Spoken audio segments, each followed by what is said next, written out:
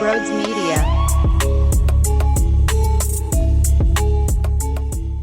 Yo, what's going on, everybody? Welcome on in to Sports Talk with Brodes. This is the Wednesday edition of Eagles Commanders Week. We got to see the team, well, not actually physically got to see the team practice. It was closed off, so no media availability, no video clips that were sent out on social media, unfortunately.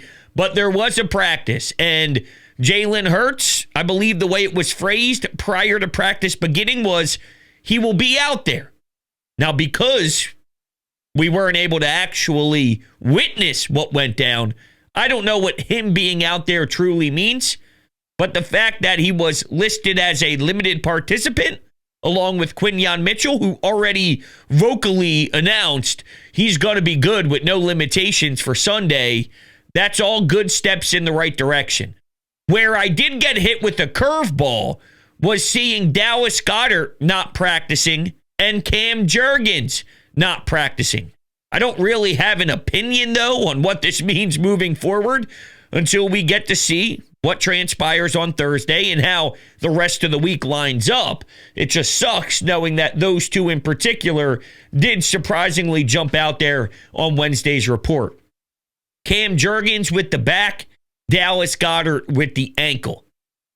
The limited participants, A.J. Brown, Britton Covey, Jalen Hurts with his knee, Lane Johnson with his knee/rest, Josh Sweat with an ankle/rest, and Quinyon Mitchell with his shoulder. So I'm just giving you the update, and that's where we stand. It's just a wait and see type of thing. I obviously believe that Jalen's going to be out there, and Jalen's going to be good. I expect Cam Jurgens and Dallas Goedert to be out there until I improve and otherwise. That's sort of my mindset. Whether it's flawed or not, I'm just being honest, and that's the way that I'm kind of handling this. So, with Jalen, I remember when we were dealing with the concussion. And then we all debated on the best way to utilize Jalen, knowing that if he gets hit again, bad things can happen. Knowing that his brain was, unfortunately getting pancaked into the ground there against the Commanders, and are you going to put him in harm's way whenever he does become available again? And I had the opinion of, you got to let Jalen play the way Jalen plays. That's what makes him great. You can't eliminate his ability to be a threat with his legs, especially knowing that Saquon is such a monster. And if the Commanders are going to stack the box and try and gang tackle him early, probably try and jump the gun, they're looking to somehow be quick as soon as the ball is snapped. Maybe they overcommit, over pursue, which allows Jalen to keep the football, tuck it in his own possession, and run the other way for a monster gain. We can't have that not be a part of this thing. So if he's not 100%, if he's got something going on with his knee, here's the truth. Here's the reality. If he is in the middle of that huddle and he's breaking the huddle and he's taking those snaps when he's in shotgun and they have option plays all dialed in, that needs to be a key part of the game plan because that is what allows for this team to hum. It's just where it needs to go. If you're Kellen Moore, if you're Nick Sirianni, and you're sitting around trying to figure out the best way to attack, there's one way to attack, the way you have all year long. And while he may be limited and he may not be able to break free for a 44-yarder, there still needs to be something that can be a threat, and there needs to be a reason why the Commanders have to focus on Jalen whenever he maybe distributes the ball to Saquon or not. Saquon's going to beat all these stacked boxes anyway. Eventually, he breaks free, and it's going to be beautiful. But what I can't do is pretend as if Jalen's ability and Jalen's presence isn't a big reason why sometimes you're able to break free. For a 44-yard playoff touchdown at home to start off a game against the Rams. So I hope they don't try and remove that, because then you're making it easier for the Commanders. And that would be silly. But the more and more I do process how much stronger our run game is than anything the Commanders can provide defensively, this is going to be a bloodbath. And it's funny because Commanders fans who are so not used to being in this position, you could tell by their horrendous attempts of talking smack. It's actually kind of embarrassing, but it's funny at the same time. They're not used to this, so it is just unreal garbage. It's the truth.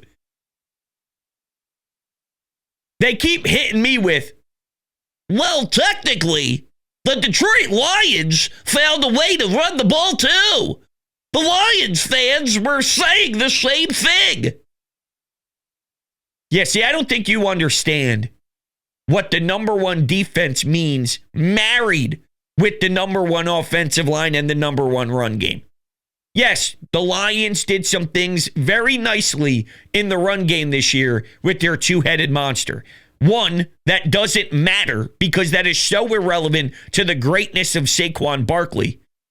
And number two, they had so many men hurt on their defense.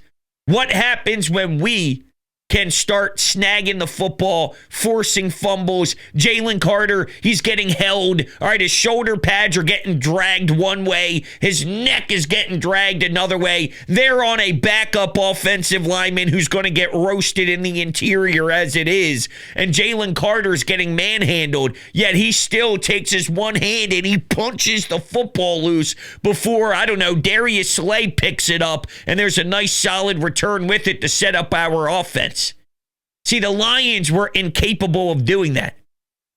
When you think of the way the Buccaneers fumbled the game away to give Jaden Daniels an opportunity for a free touchdown, with nothing the Washington Commanders did, it was straight up just Baker Mayfield and the running back, just horrible communication, a lack of focus, and then there was just an incredibly stupid turnover right in front of your own goal line. Jalen Hurts doesn't turn the rock over like that. Jalen Hurts doesn't traditionally shoot the team in the foot by turning the rock over. He may take a sack. That's ugly. He may not get rid of the ball as quickly as we would like. And yeah, I mean, look, there's reasons to bring that up. But when you look at the full equation of what Jalen Hurts provides, he normally doesn't put this team in as rough positions as all these other quarterbacks that have already been knocked out in the playoffs. So what are the odds that he's going to automatically turn into Baker Mayfield just putting the ball on the carpet because, I don't know, did the moment get too big for him? Did the pressure get to him? I mean, that's not going to happen here. Jalen is as cool as it comes. All right, we have audio of Saquon Barkley, and I want you guys all to hear it. But first, you know I love DraftKings, and you know where I'm putting my money this weekend. Playoffs, we're talking about playoffs, you bet we are. Get in on the action at DraftKings Sportsbook, an official sports betting partner of the NFL. Scoring touchdowns is key to winning in the playoffs, and you can score big by betting on them at DraftKings, the number one place to bet touchdowns. Are you ready to place your first bet? Try betting on something simple like a player to score 6. Go to the DraftKings Sportsbook app and make your pick. Jalen Hurts, anytime touchdown. Yo, Saquon Barkley, anytime touchdown. Book it. I'm telling you. Now, lines and odds are subject to change. New DraftKings customers can bet $5 to get $200 in bonus bets instantly. So this is what you're going to do. Listen to me very, very closely. You're going to download the DraftKings Sportsbook app, and you're going to utilize code Brodes when you sign up. That's code Brodes for new customers to get $200 in bonus bets instantly when you bet just $5. Only at DraftKings Sportsbook. The crown is yours. Gambling problem? Call 1-800-GAMBLER. In New York, call 877-8-HOPE-NY or text HOPE-NY 467-369. In Connecticut, help is available for problem gambling. Call 888-789-7777 or visit ccpg.org. Please play responsibly. On behalf of Boo Hill Casino and Resort in Kansas, 21 plus age and eligibility varies by jurisdiction. Void in Ontario. Bonus bets expire 168 hours after issuance. For additional terms and responsible gaming resources, see dkng.co/audio. I want you all to take a listen to Saquon Barkley. So Saquon Barkley was talking about what makes it so successful when they try and go after some of these teams that are loading the box and how they're able to accomplish their goal as effectively as they do. It's pretty remarkable. Most times you start stacking the box and it forces teams to go in another direction. But with Saquon's ability, it is just game-breaking. And the fact that you can rely on this still is such a difficult task for the other team to try and slow it down. Here's why Saquon Barkley this is him explaining why the Eagles are so successful against loaded boxes. I think it's a numbers game. When you load a box and you bring extra people into the box, it's a beautiful thing because it's hard to run and you got to be gap disciplined, and we're in the right gaps. It's hard to run against. Don't get me wrong, but I feel like myself as a back, being patient and having that home run speed. If you load a box and we get through, there's really no one back there.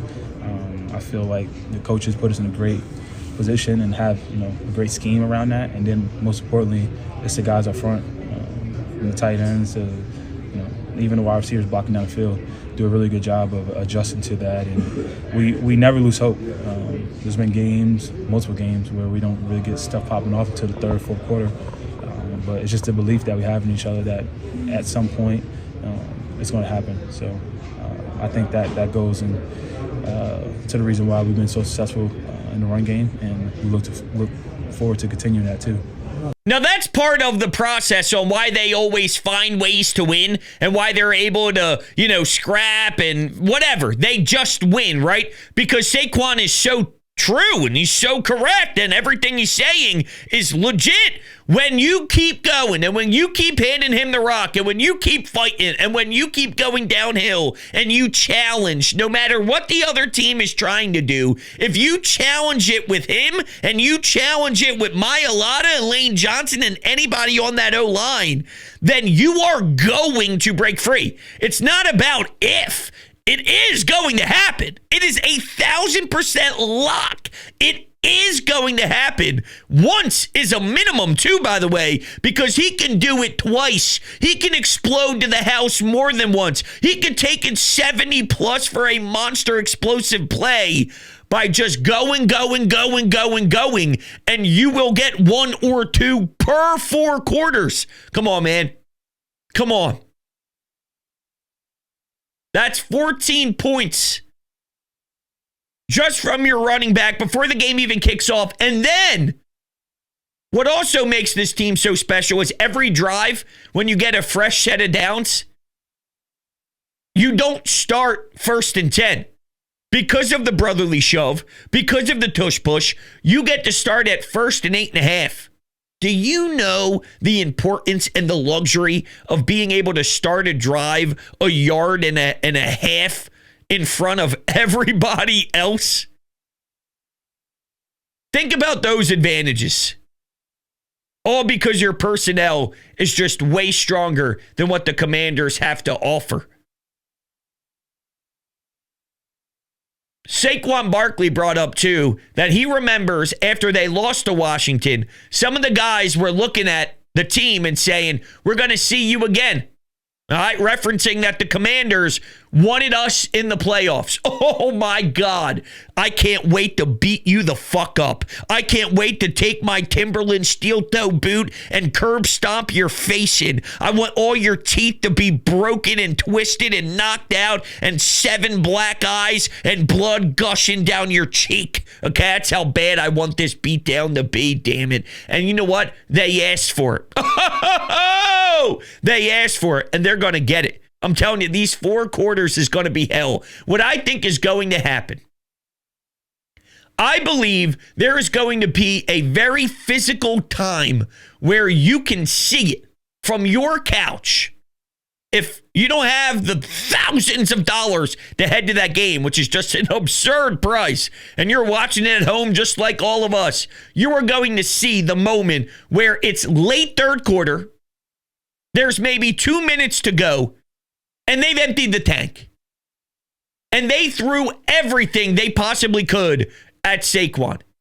And when he's at 176 yards with 17 more game minutes to go, and they're defeated because they can't get any pass rush, they can't get any stops, they can't get any tackles for losses, and Lane Johnson is wearing you down, dude, you got yourself a pissed off Saquon Barkley now.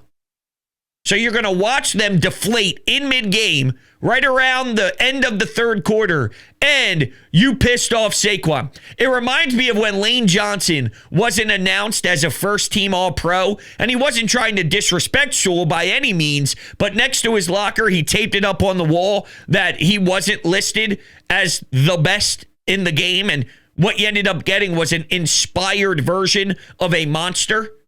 Lane Johnson ticked. Lane Johnson with an extra little motivation off to the side. I mean, he's deadly as it is. He's gross and going to maul you when he's not even inspired. All right, now that's Saquon. You wanted it, huh? Okay, this team wanted it. Apparently, unless I got faked out on Twitter, which is very possible, they were playing Fly Eagles Fly during their practice. Okay, you want to get used to it? You're going to hear it a damn lot. Let me tell you. You're going to hear it a bunch. You're going to hear the crowd after all the touchdowns. You're going to hear the crowd after a big play by our defense. You do realize that Jalen Carter is going to eat you alive, right? You do realize that with the issue that's going on with your linemen and the injuries that happen, which is very unfortunate. Nobody wants to see that. I want to attack a team that's as healthy as they can be, but it's a part of the game. And Jalen Carter is going to cause so much trouble for that line. The broadcast is probably going to throw up from the amount of times they say his name, and the attention that has to be focused on Big 9-8 is going to open up the door for Nolan Smith. You know what I think is going to happen? Because I predicted Nolan Smith to have an incredible play the last game, and what do you know? Bada bing, bada boom. I was right again. CJGJ's getting a pick. CJGJ is getting a pick.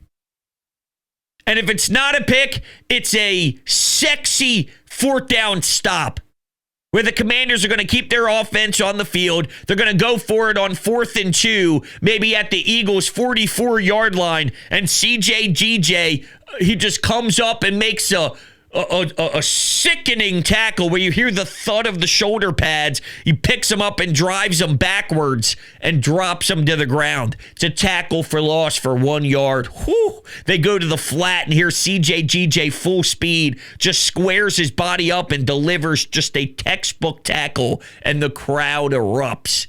CJGJ, the same guy who was wrongfully kicked out of the game last time, that ain't happening, and that's a game changer when he's not out there flying around in your secondary. And now that he's here, they're going to cause a ton of issues for Jaden Daniels. He'll make plays, of course. It's what happens over 4 quarters. But it might be something similar to, if you watch the Ohio State game, Ohio State, Notre Dame, that first drive where Notre Dame pretty much used all of their energy, and by the end, the team that was bigger, faster, stronger, and just more talented ended up abusing them. Now, the Notre Dame team fought back and showed heart, and maybe the Commanders show heart, but I don't give a damn about your heart at the end of the game when you're losing and getting dominated over the middle 3 quarters or so. You know what I mean? Like, take that heart, shove it up your ass, and make sure you get on the bus back down to Washington, D.C., okay? You, and take Joshua Harris with you, please, because there's no way in hell I could ever imagine looking at that guy's face winning a football game at the Link. I hope Jeffrey Lurie makes this thing personal, and I mean real personal. You can't let this fraud who owns a team in this city disrespect the fans the way he does with the Sixers right now, okay? By buying a team in North Jersey with the Devils, buying a team in our division, one of our biggest rivals. Seriously, that's just disgusting. We can't let this guy jump around the way Howie Roseman was jumping around on the sidelines following that divisional round, because that would make me very, very sick to my stomach. I want to get to your phone calls, One of my last points, though, that this team reminds me of, and I'll say this Commanders team, what they remind me of, and I apologize if I shared this in particular here already. When I tell you I don't shut up, I mean that. Whether it's here, whether it's WIP, whether it's Bleacher Report, dude, I say so much crap, I don't even remember which platform I've said it on. So this is one of those where I know I've said it somewhere, I just don't know if it's here. And it was the March Madness theory. The March Madness theory is, imagine if a 3 seed was to lose in the first round, right?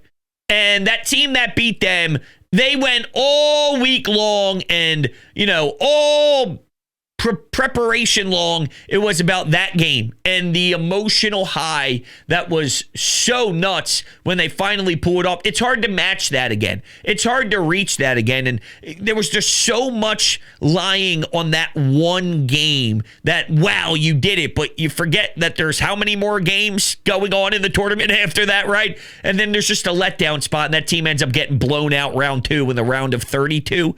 I almost feel that game for the Lions, or that game for the Commanders against the Lions on the road in the Dome, everybody counted them out. Everybody expected Dan Campbell and Jared Goff and Ben Johnson to lead the way and host an NFC Championship game. Well, they pulled it out. But can you do that again?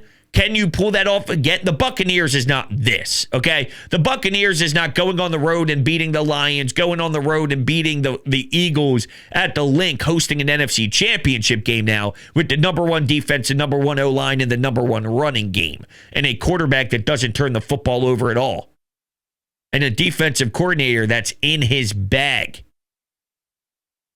So I think there might be some March Madness theory going on here, for whatever it's worth. You know what I love, though, outside of March Madness? That's HelloFresh.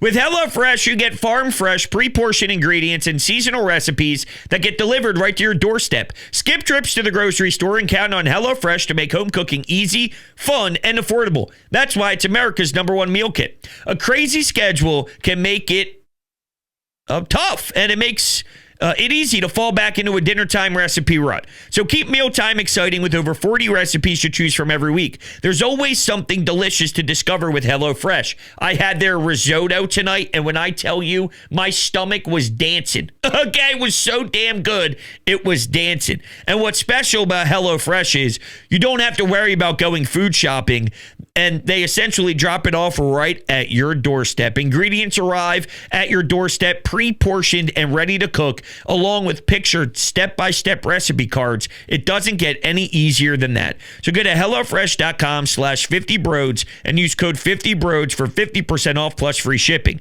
That's code 50Brodes for 50% off plus free shipping. HelloFresh is America's #1 meal kit. I wanted to play Nick Sirianni talking about Jalen Hurts. Now, this whole clip is a little long. I don't really need the whole 50 seconds. It's really only the end. But maybe I'll just tell you what he says so we can get to the phone calls quicker. He essentially says that the Jaden Daniels versus Jalen thing, that Jalen doesn't get caught up with anything like that. He gets caught up with winning. Oh! Goosebumps, Nick! Fucking goosebumps, Nick! I can't say many times he gets me going like that, but the delivery, the tone, I think maybe I didn't sell it the way that it needed to be sold. You know what? Let me click about 40 seconds into this, see if I can time it out perfectly. Nick Sirianni on the Jaden Daniels, Jalen Hurts debate heading into this game. Here we go. Come on, Wi-Fi. He's wrapped too much into that. He's wrapped into winning and how he's going to win each and every football game. I love that about our quarterback and how he goes about his business every day. Last one. That's right, baby. Now, was that the dumbest thing I've ever sold to you? No. All right, let's go to the phones. Let's hear from you. Hey, man. I'm from Washington, D.C. I'm an Eagles fan for life, and I'm tired of all this Commander stuff around town right now, and I just wanted to end. It's a real shame that our fans, for the first time in a while, care about a sport other than hockey. And I know that Jaden Daniels, he's special, great young quarterback. He's phenomenal. I'm a sophomore in an SEC school. I watched him play at LSU. Okay, the guy is spectacular. But I'm here to tell you that this ain't no Detroit. The link isn't climate controlled. There's no third down Motown, fans holding up their signs, and also, most importantly, the defense they played against really isn't all that special. You know, this defense is special, the one they're about to see on Sunday. And, you know, I know, this city, these fans, and this team, there's no fucking way that they will allow Joshua Harris to celebrate on our field at the end of the game. No way will that happen.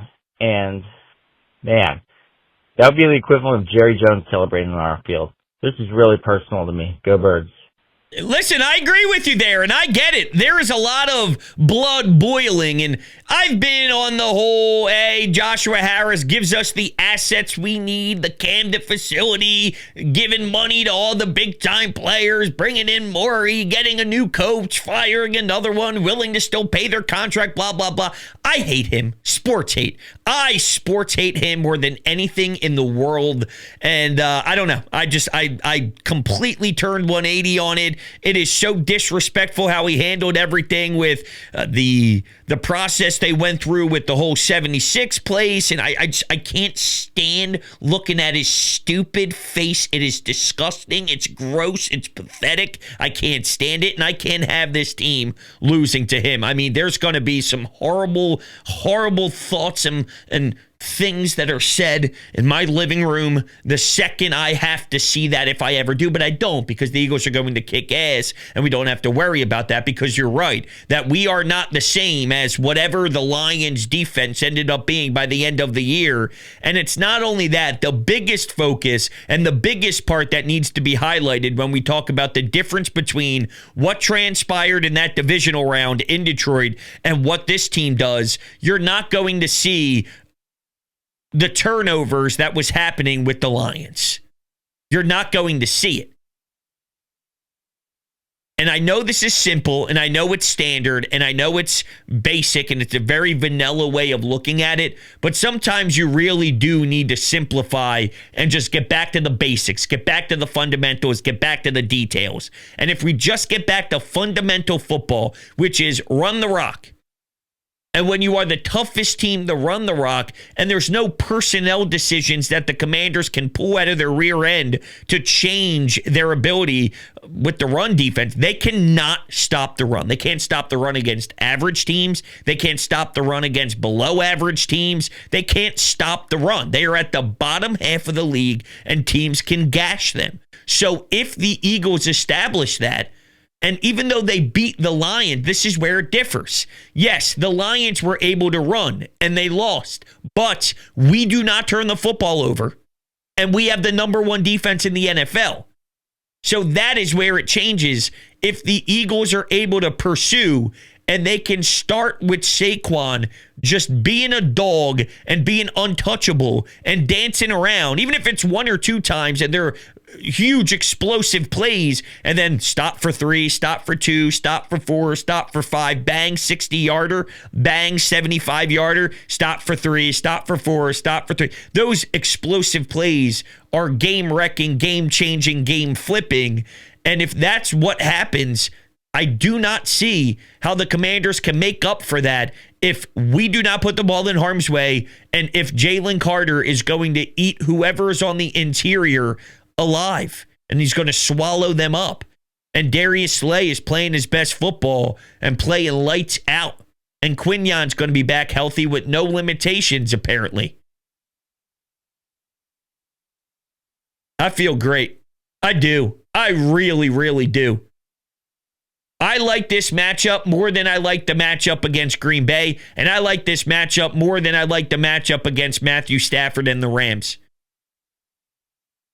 I mean that. I actually like this one the most. It's going to be fun. Back to the phones. Hey, Brodes, it's Andrew. Hey, I am so fucking tired of hearing people talk shit about Jalen Hurts. That is our quarterback and has got us to 2 NFC championship games. And they just want to fucking throw him away. Who do you want, Tanner McKee? You want fucking Kenny Pickett? He can't do what Jalen does. Jalen is one of the most clutch quarterbacks in the NFL. He could do it he could get you points when you need points. I've never seen a quarterback like Jalen Hurts, and everybody just wants to give him shit. I don't understand it. I don't understand it at all. And it fucking pisses me off. The Rams game wasn't the prettiest. No, did he take a lot of sacks? Yeah, he took some sacks.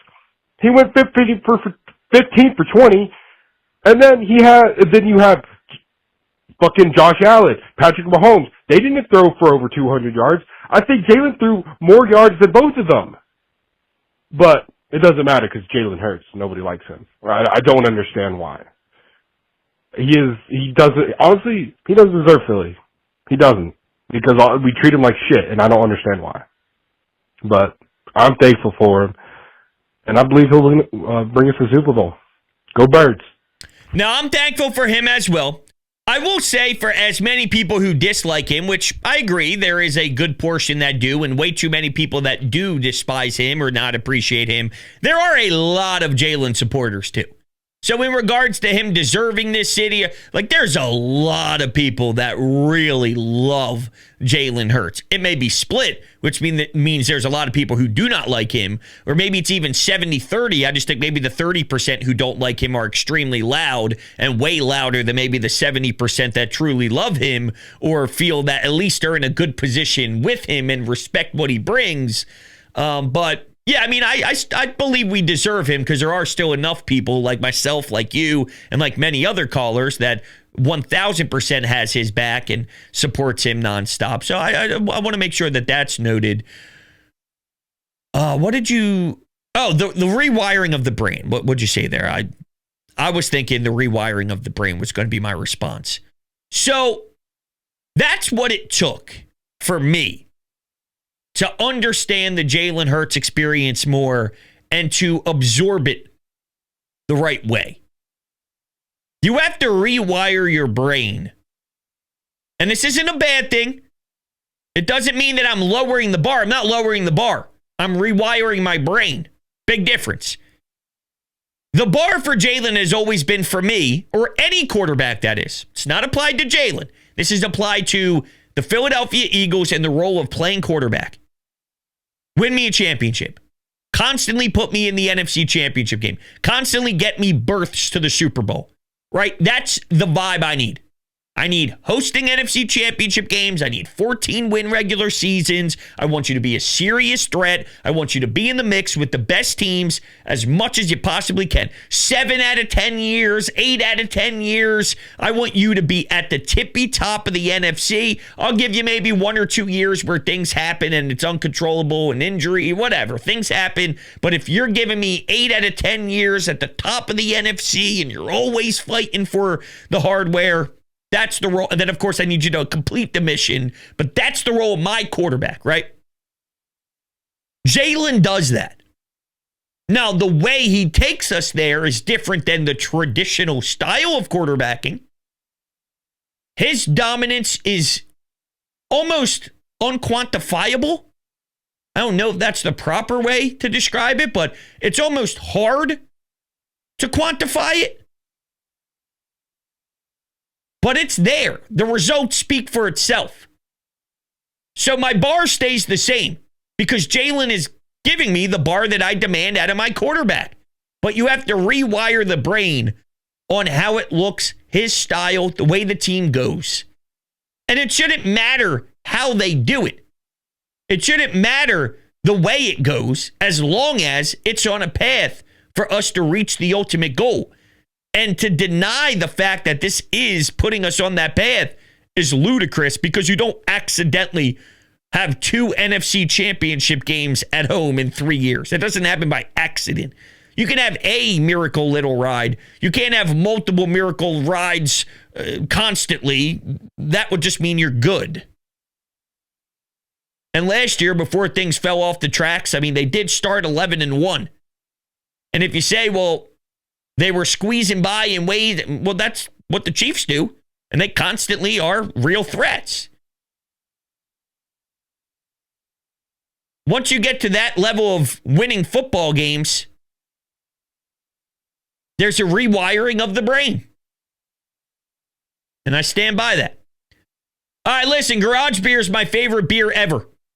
And it's going to be your favorite beer ever if you've never had it.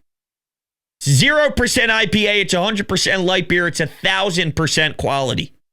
When you go watch the game at your boy's house, when you go pick up some liquor at the liquor store, you have to go to Garage Beer or get Garage Beer wherever you go. DrinkGarageBeer.com. It is the best beer to ever touch my lips. Before we head out of here, thank you all so much for hanging out. If you are new to the channel, do not be afraid to subscribe. Hit the thumbs up button. You can take me on the road with you by going to Apple Podcasts, Spotify, any of your podcasting platforms, searching Sports Talk with Brodes. If you leave a 5-star rating and a review, it helps out so much. And if you do want to call in, the phone number is 856-442-9805. It's available for you 24/7 for you to leave your call. We will be continuing to take your calls all throughout the week. So go ahead. I would love to hear from you. And you guys are fantastic. I love you. Thank you all so much. And I will see you on the next one. Go Birds.